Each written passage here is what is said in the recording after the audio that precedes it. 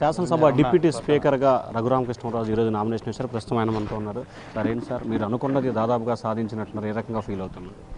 సంతోషంగా ఉంది, డెఫినెట్గా చాలా సంతోషంగా ఉంది. ముఖ్యమంత్రి గారు నా మీద ఈ బాధ్యత పెట్టినందుకు బాధ్యతాయుతంగా నా విధులు నేను నిర్వర్తిస్తాను. గత అసెంబ్లీ సమావేశాల్లో జగన్మోహన్ రెడ్డి గారిని మీరు ప్రత్యేకంగా కలిసి అసెంబ్లీకి రమ్మన్నారు, కానీ ఆయన రాలేదు. సో మీరు డిప్యూటీ స్పీకర్ అయిన సందర్భంగా మళ్ళీ ఆయన ఆహ్వానిస్తారా? ఏదో మీడియాలో చాలాసార్లు చెప్పాము, మరి ఆయన కన్సిడర్ చేయలేదు. ఆయన నాకు అది ఇవ్వాల్సిందే అని చెప్పి ఇప్పుడు ప్రజలు రిఫ్యూజ్ చేసిన తర్వాత మరి ఇవ్వాల్సిందే అని అడగటం సబబు కాదు. బట్ ఆయనే రావాలి, ప్రజా సమస్యల కోసమన్నా లేదు కనీసం పులివెందులో అసలు సమస్యల గురించి అయినా రావాలి. మరి బలవంతంగా మనం తీసుకురాలేం. జనరల్గా వరుసగా 6 నెలలు లేకపోతే ఎందుకని రావట్లేదని ఒక నోటీస్ ఇవ్వటం ఉంటుంది. బట్ దానికి డిస్క్వాలిఫికేషన్ ఏమి ఉండదు. ఆయన ఏదో కారణం చెప్తారు. సో కాబట్టి మనం ఏం చేయలేం. నిన్న షర్మిల ఒక లేఖ రాసింది వైసీపీ ఎమ్మెల్యే మొత్తానికి, మీరంతా రాజీనామా చేసి మళ్ళీ ఎన్నికలకు వెళ్ళండి, రెఫరెండంగా భావించండి, మేము గెలిచినా కానీ శాసనసభకు వెళ్ళమని చెప్పి. సో దాన్ని ఎట్లా తీసుకుంటారు? అంటే షర్మిల గారు మాట్లాడిన దాంట్లో న్యాయం ఉంది. మీరు వెళ్ళము అని చెప్పి కూడా వెళ్ళి అయినా సరే నెగితే అప్పుడు చూద్దామని చెప్పారు. ఆవిడ కోరికలో న్యాయం ఉంది, కానీ మళ్ళీ వెళ్తే 11 ఒకటైపోయే ప్రమాదం ఉంది. అందుకని చెప్పి వాళ్ళు అది చేయరు. గత ప్రభుత్వం మంచి పాలన అందించారు, కానీ కూటమి ప్రభుత్వం అభివృద్ధి సంక్షేమం ఏమీ లేదని కొద్దిసేపు క్రితం మీడియా సమావేశం పెట్టి చెప్తున్నాడు. అప్పుల కుప్పగా ఆంధ్రప్రదేశ్ని మార్చారన్నారు. అప్పుల కుప్పగా ఆంధ్రప్రదేశ్ని మార్చింది ఎవరు?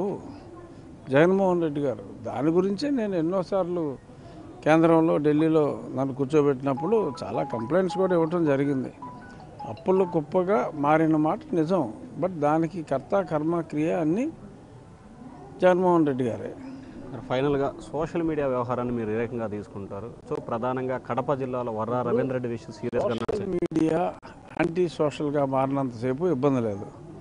వ్యక్తిగతంగా కుటుంబంలో ఉన్న స్త్రీలని పిక్చర్లోకి తీసుకొస్తే చట్టాలు మారిపోతాయి. అది స్త్రీని అవమానించినట్టుగా ఉంటుంది. సో కాబట్టి అటువంటి వారిని చాలా దారుణంగా శిక్షించాలి. మోడెస్టీ ఆఫ్ ద ఉమెన్ని కించపరిస్తే ఎవరు ఊరుకోరు. ఓకే, మేము పొలిటీషియన్, మా పరిపాలన బాగోలేదు, ఈ పరిపాలన బాగోలేదు అని రాయండి, సోషల్ మీడియాలో పోస్టులు పెట్టండి, తప్పులేదు. ఆయన భార్య ఇలాగా లేకపోతే ఆయన చెల్లిలాగా అని ఇటువంటి కువిమర్శలు చేయటం అది క్షమించరాని నేరం. సో వర్రా రవీందర్ రెడ్డి ఆ తప్పులే చాలా ఎక్కువగా చేశాడు. ఇది వాళ్ళకి అప్పుడు అలవాటుగా మారింది.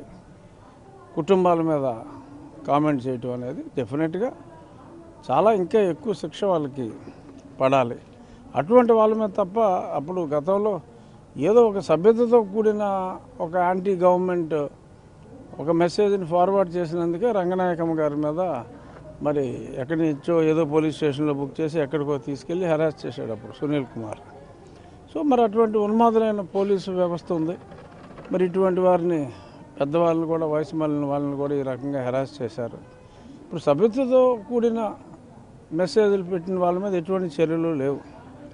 కేవలం జుగుప్సాకరంగా కుటుంబాలని కించపరిచే విధంగా, మహిళల్ని కించపరిచే విధంగా మాట్లాడినప్పుడు ఈ యాక్షన్ కూడా సరిపోదు, ఇంకా సీరియస్గా ఉండాలి. సార్ ఫైనల్గా Bhargav Reddy social media incharge బాధ్యతలు స్వీకరించిన తర్వాత ఈ రకమైన పోస్టులు పెడుతున్నామన్నారు. అలాగే అవినాష్ రెడ్డి ఆయన పిఏ రాఘవరెడ్డి చెప్పిన ప్రకారమే పోస్టులు పెట్టండి, వర్రా పోలీస్ స్టేట్మెంట్ ఇచ్చారు. దీన్ని ఎట్లా తీసుకోవాలి? అంటే పోలీస్ స్టేట్మెంట్ ఇవ్వచ్చు, మళ్ళీ వర్రా ఏదో నేనేం చెప్పలేదు అని ఏదో చెప్పినట్టున్నాడు.